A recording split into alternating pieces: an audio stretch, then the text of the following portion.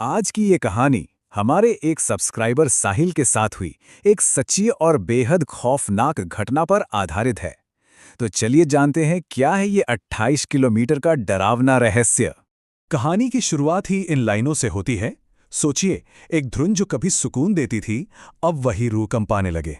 और यही बात इस कहानी को और भी ज्यादा डरावना बना देती है। ये कोई आम मौज मस्ती वाला ट्रिप नहीं था। नहीं, इस सफर का एक मकसद था। अपने दोस्त समय को उसके गहरे गम से बाहर निकालना, उसे फिर से मुस्कुराते हुए देखना। तो इस कहानी में 4 किरदार हैं। साहिल, जो ये आपबीती सुना रहा है, चिराग, अरुण और उनका दोस्त समय। कहानी की इमोशनल नींव यहीं रखी जाती है, क्योंकि हम जानते हैं कि समय पहले से ही एक बहुत बड़े सदमे से गुजर रहा था। मनाली पहुंचते ही दोस्तों को उनके होटल के रिसेप्शनिस्ट से एक बड़ी अजीब और डरावनी चेतावनी मिलती है। एक ऐसी चेतावनी जो उनके आने वाले खौफ की एक झलक थी। ये एक ऐसा सवाल है जो किसी को भी सोचने पर मजबूर कर दे। ऐसी चेतावनी मिलने पर कोई क्या करेगा? क्या उस सलाह को गंभीरता से लेना चाहिए या उसे बस एक कहानी समझकर नजरअंदाज कर देना चाहिए? रिसेप्शनिस्ट की बातें बिल्कुल साफ थीं। उसने उन्हें उस जगह के खतरनाक नाम के बारे में बताया, मौत की घाटी, और ये भी कि रात के अंधेरे में वहां क्या होता है।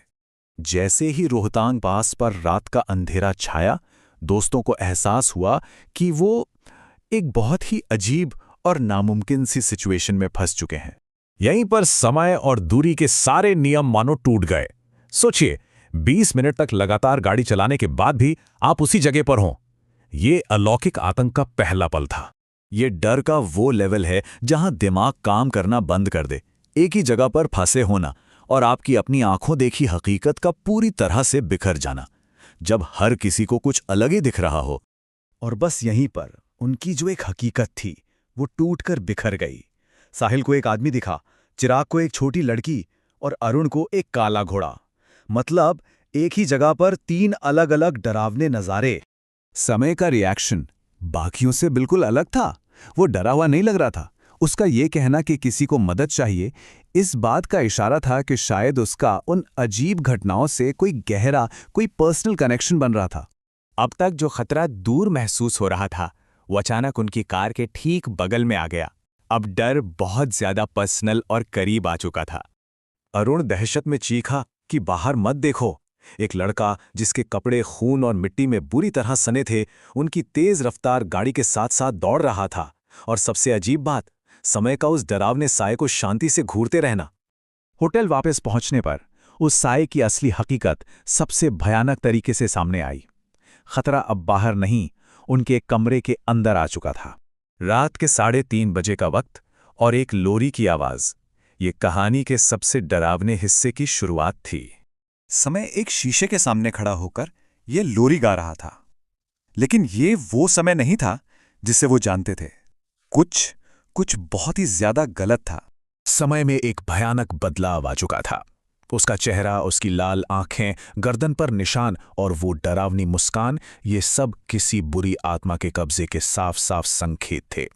और फिर समय के मुंह से एक बच्चे की आवाज निकली, जिसने एक ऐसा सवाल पूछा जिसे सुनकर किसी की भी रूह कांप जाए।